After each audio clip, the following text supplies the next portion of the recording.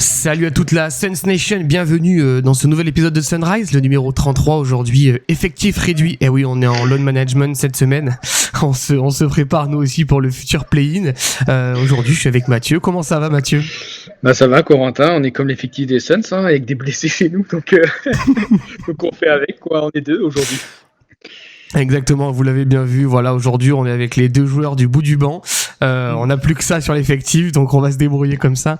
Vous l'avez bien compris, on a vécu une semaine difficile, mais bon, on va pouvoir débriefer ça tous ensemble. Si jamais vous êtes avec nous devant cette vidéo, merci du soutien, merci même dans la défaite d'être là avec nous, puisqu'on va pouvoir débriefer ça tous ensemble, comme d'habitude, les trois catégories, les cactus, les tops, les flops, et on terminera évidemment avec nos prédictions sur la semaine à venir. Écoutez, sans plus attendre, on va regarder tout ça dans les cactus.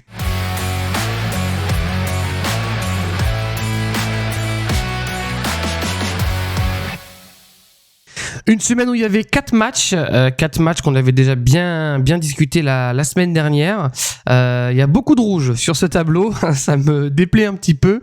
On va commencer par le premier match. On était quand même en déplacement sur les 3 premiers matchs. Le premier, c'était du côté du TD Garden de Boston. Une défaite, oui, vous allez beaucoup entendre ce mot dans cette vidéo, une défaite 120-112. Un match, compliqué, mais pas imprenable. On est quand même dans le match tout du long, mais malheureusement ça reste une défaite qu'on perd un petit peu dans le Money Time. Bon, on est à l'extérieur à Boston, une équipe en forme. Toi, Mathieu, elle t'a pas choqué plus que ça, cette défaite? Non, on l'attendait. Après, comme tu l'as dit, un match serré, je crois que ça va être un peu le terme cette semaine, les matchs serrés qu'on perd au bout, ça va être la frustration cette semaine. Ouais, mais c'est un beau match quand même, parce qu'on aurait pu prendre une pilule comme d'autres équipes, on a été dans le coup, on fait globalement un bon match, on a un bon Devin Booker. C'est juste que là, j'avais regardé une stat qui va être intéressante et c'est que je crois depuis début février, on est la pire équipe au pourcentage global au shoot. Je veux dire, on shoot à peu près à 43% ou 42%, c'est le plus faible. Je veux dire, on parle même de toutes les équipes même qui tankent. Donc on n'y arrive pas au shoot. Pourquoi ? Parce qu'il y a plein de choses à prendre en compte. On a beaucoup de blessés et donc évidemment, c'est beaucoup de shooters qui sont blessés. Donc évidemment, on perd en qualité. Mais ouais, ce match à Boston, c'est pas un match frustrant parce qu'on l'attendait peut-être une défaite. Mais c'est vrai que ce qui était satisfaisant, en tout cas pour un début de semaine, c'est qu'on était dans le coup face à cette belle équipe de Boston, sachant qu'il y en avait encore beaucoup de blessés. Donc on va dire que c'était peut-être de bon augure pour le reste de la semaine. On s'est dit, ok, si on arrive à regarder Boston dans les yeux à l'extérieur, ok, on peut aller peut-être en chercher un cette semaine dans les 2 prochains matchs. Mais bon, pour ce match-là, c'est frustrant, mais c'est pas celui où on va rester plus longtemps parce que Boston, c'est tellement fort en ce moment. Donc voilà, c'est une défaite. On a fait un bon match. On était dans le coup. Dommage, on va dire. Dommage, mais oui, c'est pas une défaite très alarmante. Le match suivant est peut-être un peu plus alarmant. C'était le match qu'on attendait sur la semaine à venir. Voilà, notre confrontation directe face aux Minnesota Timberwolves qui nous permettait peut-être, en cas de victoire, de nous rapprocher du top 6, voire presque d'y rentrer. Là, c'est une défaite sans appel, 116-104 de la part de nos Suns. On s'écroule totalement en deuxième mi-temps parce qu'on fait une première mi-temps tout à fait convenable. On est quasiment à égalité à la mi-temps. Mais voilà, le problème c'est que sur toute l'entièreté de la deuxième mi-temps, et ce n'est pas du tout une blague, écoutez-moi bien, on score 42 points je crois, ou 41 points si je dis pas de bêtises. Ouais, c'est ça, 42 je crois. 41 points. 41, ok. Donc, 41 points, dont 18 dans le dernier quart. À noter que il n'y avait pas sur ce match Grayson Allen, donc une défaite qui déjà n'est pas belle. Le contenu n'est pas bon, c'est une deuxième mi-temps qui est catastrophique. Et en plus de ça, stratégiquement en termes de classement et de projection sur la suite, elle fait beaucoup de mal cette défaite. Ouais, c'est une défaite, c'est un match horrible. Franchement, on a été nuls. On rappelle quand même, les Wolves, ils n'avaient pas Anthony Edwards. Donc c'est vrai qu'on s'était dit, alors on était en back-to-back, il faut le souligner quand même, on enchaîne énormément les matchs entre l'extérieur et les matchs. Je pense que la fatigue est là pour les Suns en ce moment. Mais il n'y avait pas Anthony Edwards. Quand tu vois la performance que tu fais la veille contre Boston, oui, tu es fatigué. Mais en plus, il avait dit, il faut le gagner ce match-là. C'est-à-dire qu'il faut le gagner si on veut espérer jouer la 6e place encore, il fallait gagner ce match. Il y avait tout pour le gagner dans l'idée où tu n'as pas le meilleur joueur en face, même si, attendez, évidemment, Minnesota, c'est une bête d'équipe. Mais en fait, on s'est fait manger dans l'envie, l'intensité. Ça joue beaucoup plus physique. Jalen Green, n'en parlons pas, un 3 sur 17. Bon, je crois qu'il nous a refait son match horrible qu'il nous a fait en début de saison depuis son retour. Ouais, on est tombé sur une meilleure équipe qui avait plus envie que nous, qui se bat pour le top 6. Et nous, malheureusement, bah ouais, on a déjoué un match trop compliqué, on n'a pas été bon, quoi. On les a pas regardés dans les yeux dans ce match-là. Et c'était plus fort, ils ont été plus forts que nous. Et ça a mis un petit peu. Voilà, on a mis un pied dans la tombe pour dire que la 6e place, on a vite compris que c'était plié, quoi, après ce match-là, parce que c'est trop tard. On se retrouve à 3 matchs de retard sur eux, c'était fini. Mais ce match-là, on est mauvais. C'est un très mauvais match des Suns. Et oui, les blessures sont là, mais honnêtement, la performance, quand tu vois la veille contre Boston, là c'était méconnaissable. J'ai pas reconnu mes Suns. Bah c'est ça, et puis bon, à Boston c'était déjà un petit peu le cas. Ça allait encore plus sur ce match aussi, mais on a Booker qui fait pas un mauvais match à part à 3 points, mais il va chercher beaucoup de lancers quand même. Mais au final, c'est la seule satisfaction de notre côté. On se fait complètement enfoncer, on n'est pas présent en rebond. Le nombre de pertes de balles, c'est incroyable. Parce que, comme tu disais, Jalen Green est très maladroit. Il met pas un panton. Mais en plus de pas mettre un panton, le mec fait des mauvaises passes, il se fait intercepter, il perd des ballons. C'est une catastrophe. Franchement, on dirait on dirait un rookie, quoi. On dirait un rookie, le mec, quand il joue. C'est chaud. Il a du mal à enchaîner les matchs physiquement. Il l'a dit après le match Minnesota, il a dit je suis fatigué, donc il n'est pas encore totalement à point physiquement, mais l'adresse de manière générale cette semaine, on va en parler, c'est catastrophique pour tout le monde parce que Booker, heureusement que souvent dans les matchs il va chercher des fautes parce que là il tire à 11 sur 27, 11 sur 27 quoi, enfin c'est du 40%, à 3 points il en prend 7, il en met 1, au bout d'un moment c'est pareil, les 3 points, j'adore Booker et Green, mais là on voit bien qu'il faut qu'on s'adapte avec nos joueurs qu'on a en ce moment parce que là on force trop sur des points qui sont pas où on s'en sort, en fait, on n'est pas bon. Gillespie, il shoot à 4 sur 13, enfin, c'est pas bon, quoi. Et puis là, on voit l'absence de Lyndon Brooks, Mark Williams aussi, je l'ai senti cette semaine, Mark Williams. Sur le secteur intérieur, on le sent. Je l'aime bien, mais là, il y a quand même du taf. Non mais c'est vrai, il y a beaucoup de taf. Ighodaro, mine de rien, le problème, enfin, c'est un bon défenseur, il se place bien, il arrive à switcher sur quand même pas mal de joueurs, mais voilà, c'est pas un protecteur d'arceau, au rebond c'est compliqué, voilà, on se fait manger, en plus Minnesota, même sans Edwards, c'est une équipe très physique, tu vois, qui te rentre dedans. Nous on n'a pas de répondant, c'est là que tu vois qu'un Dillon Brooks ça manque, un mec un peu qui sort les muscles, très compliqué. Et surtout, comme tu disais, tu parlais de Jalen Green. Moi, ce qui m'énerve, c'est que tu as raison. Il l'a dit, il est pas en rythme, il est fatigué. Mais pourquoi tu prends 17 shoots alors? Si t'es fatigué, pourquoi tu prends 17 shoots? Tu fais n'importe quoi. Après, tu forces comme un idiot. Après, ouais, c'est pas comme ça qu'il va. Après, oui, il y a personne pour les prendre. Tu vois, c'est ça. Je veux dire, Gillespie, je l'aime bien, mais Gillespie, il en prend 13. Après, tu te retrouves avec Grace. En fait, après, derrière, t'as pas un mec qui est capable de créer son shoot.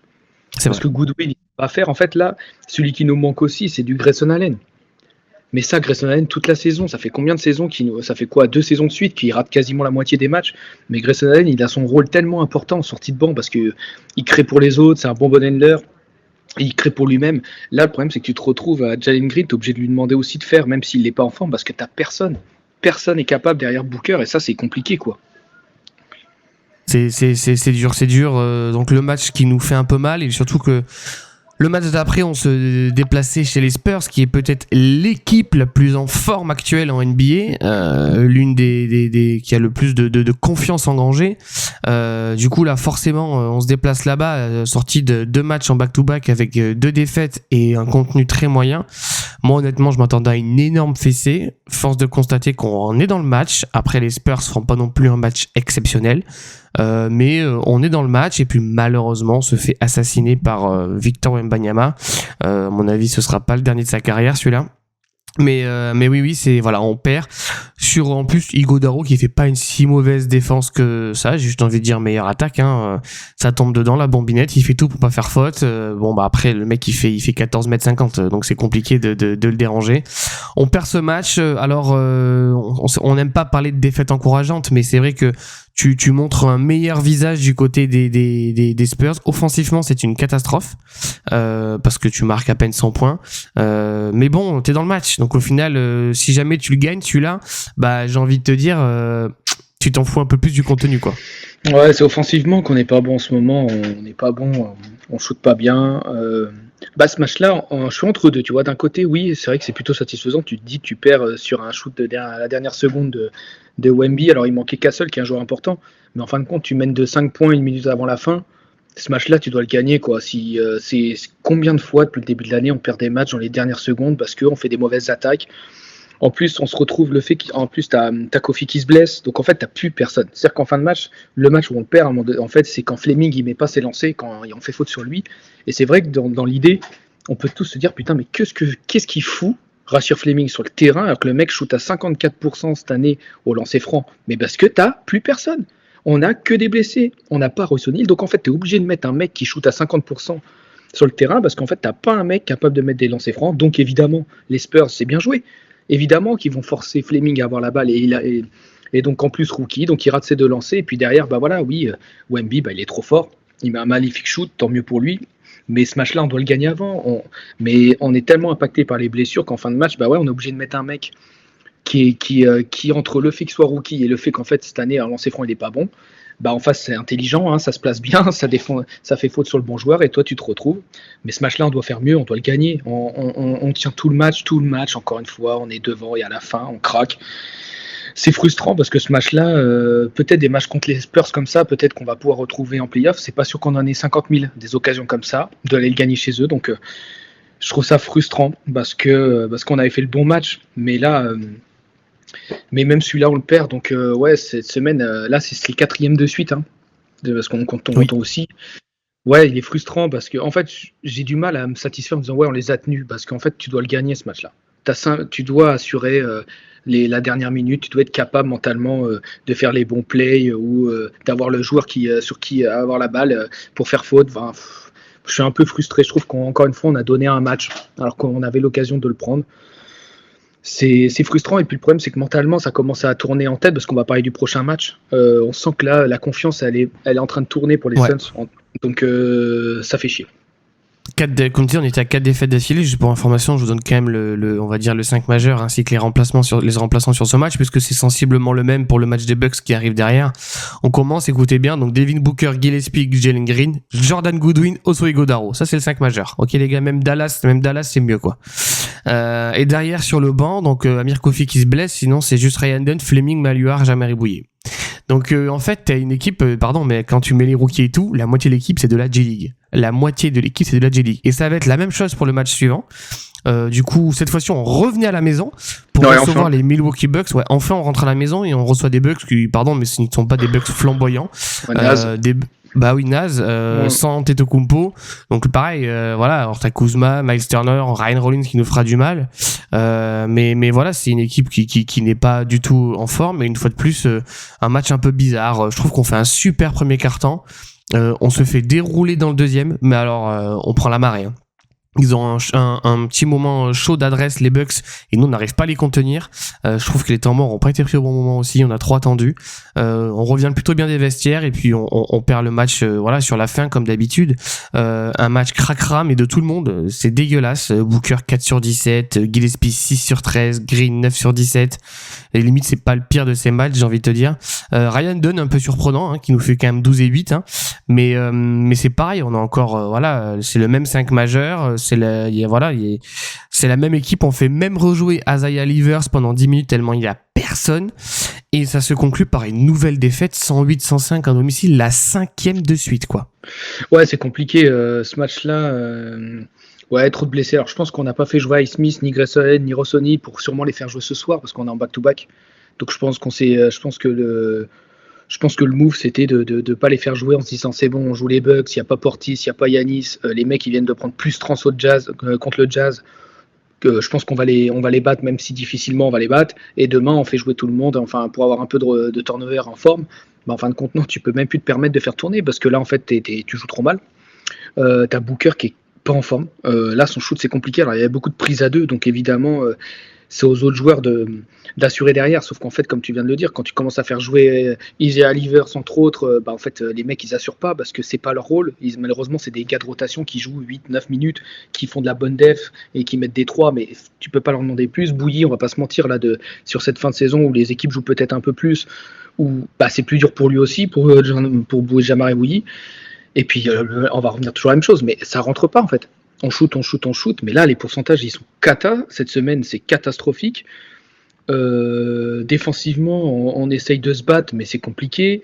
Ryan Dunn, tu l'as souligné, qui globalement a gagné un petit peu de temps de jeu grâce aux blessures cette semaine et qui est pas mal. Je veux dire, Ryan Dunn a montré qu'il pouvait toujours avoir son rôle avec son énergie. Il met plutôt ses 3 points, donc c'est cool. Mais oui, mais là, on s'en sort pas parce que. Et puis là, ça a fait tâche celle-là. Celle-là me rappelle encore la défaite contre Chicago, quoi. Des équipes que t'as pas le droit de perdre. T'as pas le droit de perdre. Heureusement qu'on a de l'avance. On va en parler du classement après sur un peu derrière.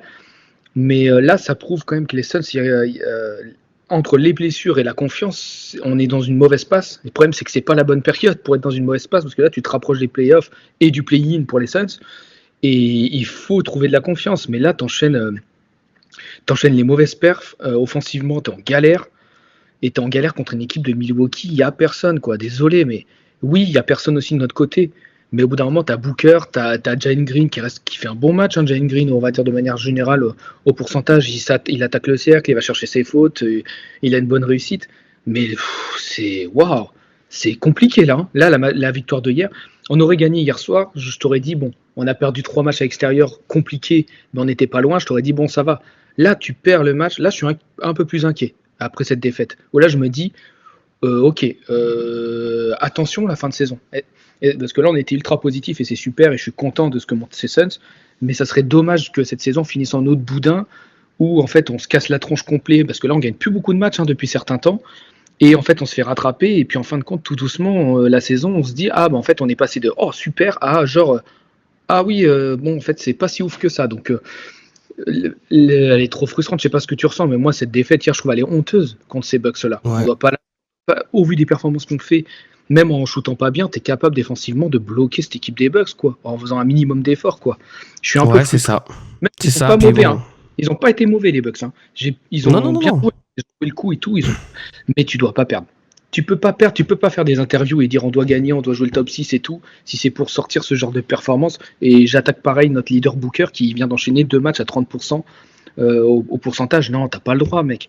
T'as pas le droit de nous faire ça. C'est toi le leader. Alors c'est lui le leader, mais là où je le défends un petit peu, c'est que t'as tellement personne autour. Bah les mecs, ils lui sautent dessus, ils y vont à 8, hein. Tu vois ce que je veux dire? Oui.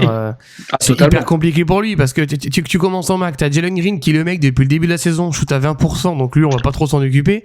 Et derrière t'as qui? T'as Fleming, Oso Ighodaro, Gillespie. Bon, ces mecs-là, t'as pas besoin de les défendre. Tu vois ce que je veux dire? Juste tu sais qu'ils vont tendre la balle à 3 points. Donc ils vont tout le temps de Booker, c'est très compliqué pour lui.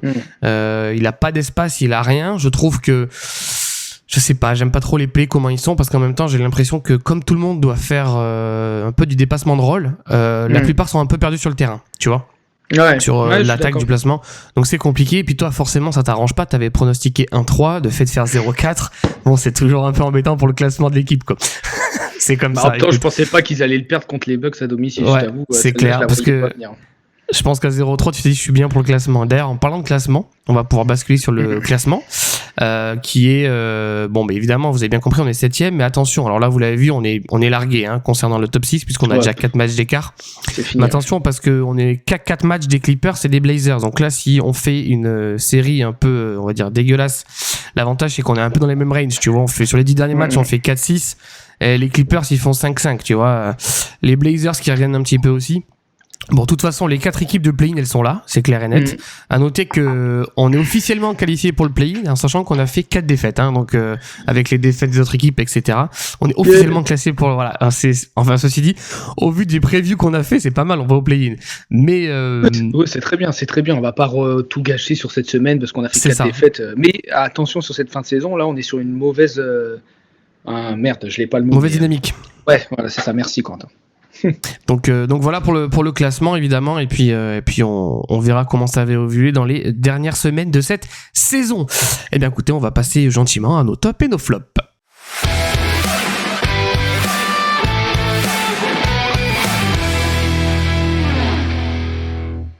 Bon Mathieu, beaucoup de flops évidemment cette semaine, on en a beaucoup parlé quand on a fait le résumé de ces matchs. Est-ce que tu as un top ou un flop particulier je sais pas, moi je vais des flops, on a tellement. Moi j'avais un peu Booker, mais je vais pas non plus lui jeter la pierre, il fait quand même une belle saison. Mais je le trouve, moi je trouve que c'est l'ajustement, les pourcentages au shoot, je trouve qu'on force. Je trouve tactiquement on shoot beaucoup trop à 3 points. Alors qu'en fait on n'a plus aucun joueur sur le terrain qui est capable d'être sérieux à 3 points. On l'a vu hier soir. Je veux dire, hier soir, on va en parler des Bucks. Enfin, les Bucks, on n'a personne. Hein. Les gars, on n'a pas Ice Smith, on n'a pas Grayson Allen, on n'a pas Rossoni. Évidemment, on n'a pas Dillon Brooks, on n'a pas Mark Williams, on n'a pas Kofi. Donc j'aime bien le 5 de départ. Le 5 de départ, je trouve que c'est pas catastrophique encore ce qu'on a. Mais globalement, je trouve qu'il faut qu'on s'ajuste, qu'on change notre style de jeu. Parce que oui, le 3 points, c'est moderne, c'est super. Mais aujourd'hui, quand ton 5 de départ, quand tes meilleurs shooters sur le terrain à 3 points, c'est Devin Booker, Jalen Green, Jordan Goodwin, je suis désolé, moi je souffle quoi. Devin Booker cette année, c'est carrière à 3 points. Jalen Green, depuis qu'il est revenu de blessure, on l'a bien vu à 3 points, c'est quand même assez catastrophique. Jordan Goodwin, c'est pas un mauvais joueur hein, à 3 points, mais je veux dire, c'est pas Grayson Allen, c'est pas Ross O'Neal. Heureusement, Rasheed Fleming n'est pas cata à 3 points. C'est vrai que même Ryan Dunn en ce moment ça va, mais globalement, je trouve qu'on s'ajuste pas assez à ce niveau-là. Puis j'ai parlé des pourcentages globaux. Je veux dire, je vous cite les pourcentages globaux des 4 derniers matchs 44%, 38%, 41%, 44%. Je veux dire, qu'est-ce qui se passe? On met plus rien. Alors oui, bien sûr, on a énormément de blessures.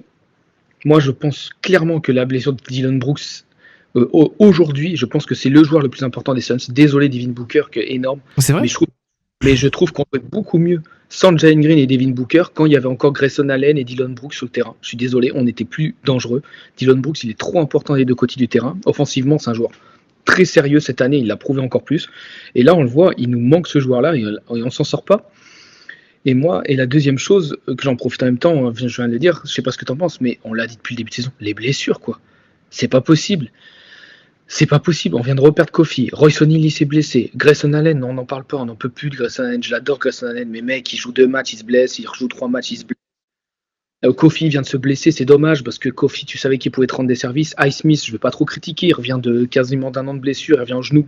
On essaye de le manager un maximum, mais je souffle quoi. Je souffle et puis on voit bien que là on commence à tirer sur certains joueurs, comme tu l'as dit, c'est trop compliqué sur cette fin de saison. Tu as besoin de gagner des matchs, tu es obligé de faire jouer Malouak, on le voit bien c'est trop compliqué pour lui pour l'instant, même s'il progresse, mais même au rebond, il faut qu'il se place mieux, il n'est pas si dominant que ça. Jamaré Bouilly, il est en galère. Izzy Alivers, n'en parlons pas, je l'aime bien, Izzy Alivers, mais c'est le bout de ton banc. C'est un mec qui est bon quand ton équipe elle est là, au complet, qui rentre, lui il va être bon. Là il a trop de on lui demande d'être très bon dans une équipe déjà moyenne. C'est pas possible pour ces mecs là, ils ont besoin d'un collectif parfait et là c'est trop compliqué. Donc là c'est cette semaine, on va dire que je trouve qu'il faut qu'on s'ajuste mieux, mais est-ce que je suis pas trop critique? C'est dur de s'ajuster quand t'as les joueurs qu'on a à l'actuel avec toutes les blessures. J'ai pas trop envie de leur taper dessus, mais c'est vrai que la défaite de hier me frustre parce que je trouve que les Bucks, autant tu perds les 3 autres matchs, je comprends, autant tu perds les Bucks, bon, je suis désolé, mais non, quoi. T'as pas le droit de perdre cette équipe-là. Cette équipe-là, elle est en dessous de tout en ce moment. Tu dois les regarder dans les yeux. Même si on aurait gagné, je sais pas, 109, 106, je m'en fous. On aurait gagné. Tu sais, on serait dit, tu sais quoi, on gagne quand même. Là, je veux dire, c'était qui la plus mauvaise équipe hier? La meilleure équipe, elle a gagné hier, c'est les Bucks. C'est pas normal sur cette fin de saison. C'est pas normal. C'est vrai que voilà, il y a beaucoup de circonstances atténuantes, je trouve, à cette petite maladie qu'on a actuellement. Il y a trop de trucs, comme tu dis, les blessures, c'est très compliqué. T'as du mal à avoir de la stabilité. Et comme tu disais, Dillon Brooks, pour moi, c'est notre joueur le plus important parce que, en fait, je pense que notre leader technique, c'est Devin Booker. C'est le facteur X. Mais par contre, notre leader, on va dire, vocal sur le terrain, c'est clairement Monsieur Dillon Brooks. On est dépendant à lui, à son énergie. Alors même si des fois, ces petits excès d'énergie peuvent nous coûter cher, et puis même, il me manque sur le terrain. Ça me manque de voir Dillon Brooks. Et je trouve aussi que, même si Mark Williams, avant sa blessure, avait fait des matchs un peu cradingues, il nous manque beaucoup. Je trouve qu'on est très très faible à l'intérieur. Quand tu vois que t'as Iguodaro, on connaît ses limites, même si c'est pas mal. Maluard, c'est trop jeune. Parfois, on fait même jouer Fleming en 5. Enfin, c'est une catastrophe. C'est une catastrophe, le secteur intérieur. Voilà, c'est problématique. Je te rejoins. Mais par contre, tu vois, moi, dans ce côté, c'est un petit peu mon flop aussi, mais je trouve que ce côté, on fait pas des bons choix. Comme c'est le même que toi, on fait pas des bons choix. En fait, on arrive à un moment de la saison où même s'il faut gagner crade, c'est pas grave, il faut gagner, quoi, tu vois. Je trouve qu'on s'allie pas assez les matchs. On sait qu'on pourra pas gagner sur la beauté du jeu, le talent, etc. parce qu'il y a personne. Bah vas-y, salissons les matchs, rendons le match cradingue, tu vois ce que je veux dire. Donc oui, c'est sûr. Après, moi, j'ai un petit top parce que je trouve que moi, j'adore Fleming. J'aime beaucoup Fleming parce que je trouve qu'il est très régulier. Je suis assez surpris. Il met un peu dedans.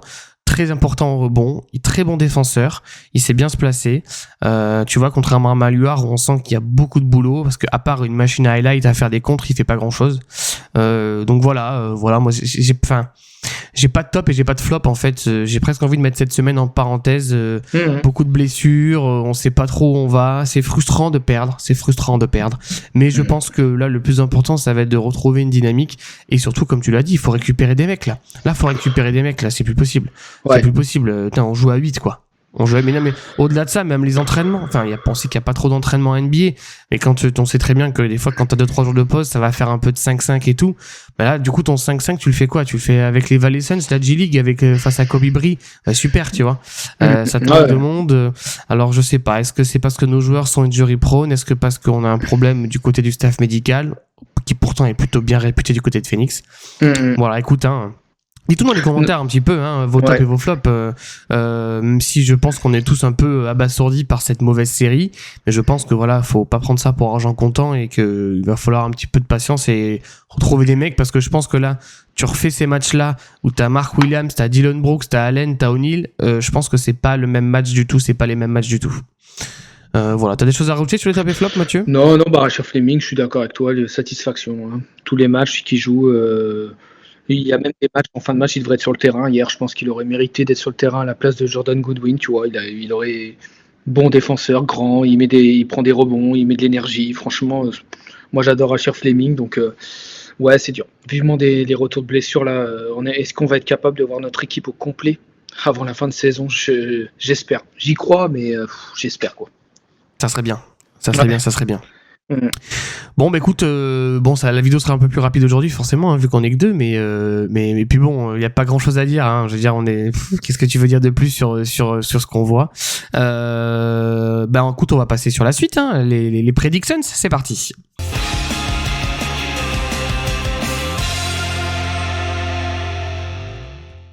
Alors ça commence dès ce soir, comme tu l'as dit tout à l'heure, on était en back-to-back. Du coup, on a 3 matchs cette semaine. Ça commence cette nuit à 2h du mat. On reçoit les Raptors. Alors, 3 matchs à domicile. Ensuite, mercredi, on reçoit les Nuggets. Et dimanche, on reçoit le Jazz. Écoute, qu'est-ce que t'en penses de ces 3 matchs? Vas-y, ton pronostic. Moi, je vais mettre 2-1. Je pense qu'on va en gagner 2, on va en perdre 1. Ça va être dur. Je pense qu'il y aura des retours. J'ai l'espoir ce soir que... Moi, je l'ai dit tout à l'heure, je pense que Highsmith, il a été conservé pour pouvoir jouer ce soir. Je pense que Grayson Allen aussi. Royce O'Neal, je sais pas trop, on sait qu'il s'est blessé, mais je pense qu'il sera apte aussi. Donc je pense qu'on va récupérer au moins 2 à 3 joueurs ce soir. Et c'est des joueurs qui vont nous faire du bien. Quel calendrier quand même de fou. Je veux dire, on en a parlé, mais putain, on enchaîne non-stop. Là, je pense que je comprends un petit peu que niveau physique, ça soit dur pour les joueurs. Mais je pense qu'on va le prendre ce soir. Je pense qu'on perd contre Denver et je pense qu'on gagne contre le Jazz. Aujourd'hui, l'objectif, c'est de garder la 7e place. Maintenant, voilà, c'est fini à 6e place. L'objectif, ça va être de pouvoir assurer cette 7e pour jouer à domicile au play-in et d'essayer d'avoir une bonne dynamique en fin de saison en récupérant des joueurs. Je pense pas que Dillon Brooks va revenir encore cette semaine. Je pense qu'on va attendre vraiment début avril. Je pense que début avril, apparemment, ils s'entraînent déjà sans comment on appelle ça, sans Latel, ouais. Donc je pense que en plus ça a l'air d'être un bosseur de ouf, donc je pense que c'est un mec qui va vouloir revenir. Donc début avril, je pense qu'on va le retrouver. Mark Williams, je sais pas trop quand on va le revenir, peut-être la semaine prochaine. Le plus tôt qu'il revienne, je serais content quand même, on va pas se mentir. Mais je pense que on peut regarder, on peut battre. Je pense que ce soir il va falloir gagner. Je pense que les Suns, faut qu'ils gagnent là. Il va falloir qu'ils se remettent un peu de confiance en eux. J'espère qu'ils vont se la donner et que les retours de blessures qu'il y aura ce soir, s'il y en a, fassent du bien. Le Denver, c'est pas que je pense qu'on peut faire 3-0 cette semaine. Cette équipe, elle a du talent, je veux dire, mais il faut qu'on retrouve de la réussite, il faut qu'on arrive à mieux jouer. Donc, mais je mets 2-1 parce que je pense qu'on va en perdre 1 quand même, soit Denver, soit Toronto. Par contre, le Jazz, je pense qu'on le gagne, c'est sûr, et on gagnera l'un des deux autres. Donc 2-1 pour moi. Qu'est-ce que t'en penses, toi? Écoute, moi je vais te suivre, sur 2-1. Je pense que le match le plus dur des 3, ça va être ce soir en fait, face aux Raptors. Pareil, une équipe physique, on l'a bien vu au match aller, entre Barrett, Scotty Barnes, Ingram. Voilà, c'est des équipes qui tu vois, Barrett il va souvent chercher des lancers. Voilà, c'est des équipes assez physiques, ça va être assez compliqué. C'est pas forcément des équipes très habiles à 3 points non plus. Ça joue, mais c'est pas leur marque de fabrique. C'est des équipes qui attaquent le cercle, c'est assez physique. Donc à voir un petit peu comment on peut se comporter face à ce genre d'équipe. Denver, en fait, moi c'est le problème Jokic. Qui défend Jokic là? D'ailleurs, entre Igodaro, Maluar et compagnie, on n'a personne. Le mec, qui va se balader. Prenez Jokic en TTFL face à Phoenix. Moi, je vous l'ai dit. Ouais. Mais même, Et, il joue Gordon, ça va être dur. Ouais. Il joue grand en plus. Gordon, on a qui ou alors, faut refaire un réajustement. Moi, je comprends pas qu'on fasse pas jouer Rajir Fleming titulaire à la place de Goodwin. Je t'avoue que ça, je capte pas l'intérêt de on joue petit, hein. Parce que Gillespie, Green, Booker, Goodwin, ça veut dire que t'as Goodwin et Green sur les postes 3-4. Ah, c'est chaud, hein. Ouais, je comprends pas, ouais. Donc après, d'ici là, peut-être que Rossoneri reviendra, mais on verra bien. Et au point pour Denver, je vois pas. Et surtout qu'en plus, nous, on est 7ème place, on est bloqué entre la 6ème et la 8ème, on peut pas bouger, quoi. Enfin, il faut faire en sorte de rester 7ème pour recevoir le play à domicile. Ouais, attention aux Clippers et aux Blazers. Ouais.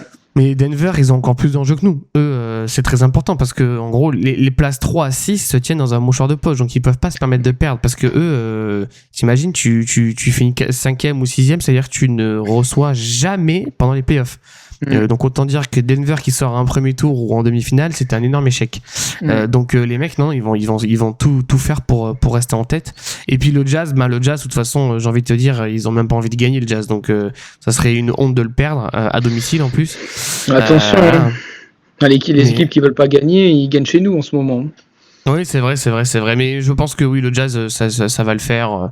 Et d'ailleurs, rien à voir, on n'en a pas dans le classement. Ça n'a rien à voir avec les Suns, mais j'ai vu que les Pelicans gagnent pas mal de matchs. Ils sont revenus à la 11e place. C'est pas plus mal pour eux parce qu'ils avaient leur tour de protégé 1-5 qui partait à Atlanta. Du coup, s'ils finissent 11e, c'est pas plus mal. Ils vont garder leur pick.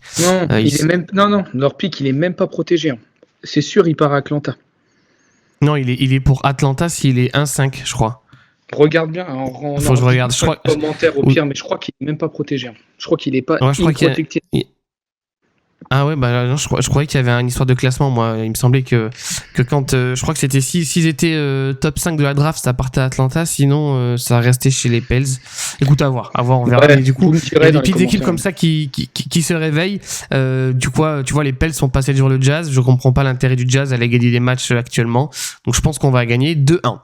2-1, on est tout à fait raccord là-dessus. Les copains, écoutez, que ce soit Pierre, que ce soit Thierry, c'est 2-1. Bastien dit 1-2. C'est marrant parce que je trouve qu'on est aussi proche d'un 1-2 que d'un 3-0. Enfin, tu vois ce que je veux dire ? Je suis d'accord. Demain, tu me dis on fait 3-0, je fais ouais. Mais tu me dis on a fait 1-2, je fais ouais, pareil quoi. C'est illisible. Parce que notre niveau de jeu est illisible en ce moment. On peut enchaîner un match où même si on shoot pas bien, être dans le coup parce qu'on met beaucoup de défense, de l'énergie.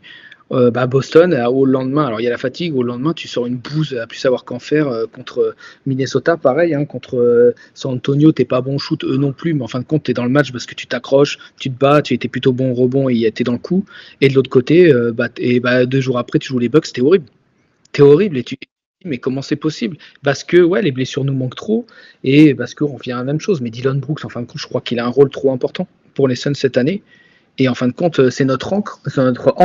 Et en fait, on n'arrive pas à enchaîner parce que nos performances sont mauvaises. Et puis Jalen Green, on va pas. C'est pas contre Jalen Green qui est un très bon joueur, Jalen Green. Je trouve ça va beaucoup mieux. Mais en fait, lui, il aide pas assez dans un collectif. On parlera cet été vraiment des choix quand on y sera, mais il y a des choses à venir. J'aime bien Jalen Green, mais il va falloir qu'on se pose quand même des bonnes questions sur lui. Parce que je trouve qu'il ne correspond pas vraiment à ce qu'on a besoin aujourd'hui, et on le voit bien, même s'il performe, ça ne nous aide pas dans les performances. Donc, mais c'est comme tu as dit, je pense qu'on peut faire 3-0, 0-3, 1-3, on peut tout faire. On peut tout faire et on ne serait pas surpris en fin de compte. C'est ça qui est fou. Ça. Mais après, je pense qu'il faut au moins qu'on gagne un match ou deux parce que pour la confiance et la dynamique, on est sur 5 défaites d'affilée, il va falloir se réveiller. Et tu parlais de Jalen Green. Moi, Jalen Green, comme tu disais, il manque de rythme et tout. On sent qu'il est fatigué parce que ça fait un bail qu'il n'avait pas joué. Moi, je lui laisse encore une demi-saison. C'est-à-dire que là, il y aura l'été qui va se passer. Je lui laisse le début de la saison prochaine. Si janvier-février, c'est le même Jalen Green, je peux dire que moi, en février, je vais taper des pieds pour que le mec il dégage. Hein. Donc, à un moment donné, tu vois, il faut pas l'intérêt de s'insister, quoi. La question, tu l'as dit, que vaut vraiment cette équipe avec tout le monde sur le terrain ? Et en fait, et la seule chose par contre qui me dérange, c'est que j'arrive même pas à imaginer, même là, imaginons, il n'y a pas de blessure, j'arrive pas à imaginer un 5 de départ dans ma tête, tu vois, parce que je trouve qu'il n'y a pas d'équilibre avec les joueurs qu'on a. Parce que t'as Booker, tu vas le mettre, c'est obligé, Dillon Brooks, Mark Williams, c'était titulaire. Qui c'est le reste à côté ? Parce que Jalen Green, tu vas pas le mettre sur le banc, tu es obligé de le mettre titulaire. Sauf que j'aime bien Gillespie titulaire aussi. Je veux pas qu'il soit tout le temps, qu'il joue 35 minutes, mais j'aime bien Gillespie qui démarre. Je trouve que c'est un joueur qui met de l'envie défensivement, qui sait tenir la balle. Je trouve pas mauvais. Donc en fait, je trouve qu'en fait, même si on a des bons joueurs, je trouve que l'équilibre est pas foufou. Ou alors vraiment, tu démarques Devin Booker, Jalen Green, Royce O'Neal, Dylan Brooks et trucs, mais je trouve qu'en fait, ça tient pas la route, quoi. Jalen Green et Booker, tu vois bien qu'il te faut quelque chose, un autre meneur, quelqu'un d'autre. Il n'y a pas de lien. Il y a pas de lien. Enfin, Ouais. Jalen Green n'a pas de lien. Pour moi, c'est un joueur de street, c'est un joueur 3-3. Tu vois ce que je veux dire? Il est là Pourtant, pour faire du 1 contre 1, mais Ouais. il essaye, hein. Il essaye de s'améliorer. Ouais. Mais quand je vois les tartines qu'il envoie à droite à gauche, ou Pourtant, genre même c'est moi pas la passe un- je la ferai pas, quoi. Mais Pourtant, c'est pas un mauvais passeur, hein. Je trouve que de temps en temps, tu sais, au moins avec les pivots, je trouve qu'il y a une connexion, lui, les pivots, plus que Booker même. Je trouve qu'il a ce truc où il arrive, tu sais, à bien jouer, à bien trouver les pivots, que ce soit au saut, surtout au saut, parce qu'au saut, il a cette intelligence sur le terrain. Mais c'est vrai qu'à part ça, c'est tout, quoi. Après, il n'arrive pas à créer. à ressortir les ballons, il n'arrive Ouais, pas à les ressortir les ballons. Je trouve qu'il se marche dessus avec Booker, en fait. Parce qu'ils sont tous les deux, ils attendent la balle, tous les deux, ils doivent créer. En fait, tu as ce truc où il y a pas de connexion. Alors après, c'est peut-être trop tôt, comme tu as dit, il vaut mieux leur laisser du temps. Mais c'est vrai que, je sais pas, je reste perplexe encore. Et pourtant, oui. joueur talentueux. C'est clair, c'est clair. Bah écoutez, dites-nous dans les commentaires ce que vous pensez un petit peu de la semaine qui est passée et surtout la semaine à venir. Est-ce que vous voyez les Suns gagner un match, 2 matchs, 0, prendre les 3, on ne sait pas. Voilà, nous on fait la bise aux copains qui sont actuellement en load management C'est ça. aux Bahamas. Voilà. Voilà. Ils se reposent pour se préparer pour les play-in. Voilà. Écoutez, on vous souhaite une bonne semaine NBA. Un bon match ce soir, hein, quand même. Hein. Voilà, on reçoit quand Ouais. même les Raptors. Allez. Allez regarder ça ou demain matin avec le replay. On vous fait des gros bisous, on vous souhaite une bonne semaine NBA et puis on vous dit à dimanche prochain. A priori, si tout va bien. Allez, Allez, ciao, ciao. à plus tard.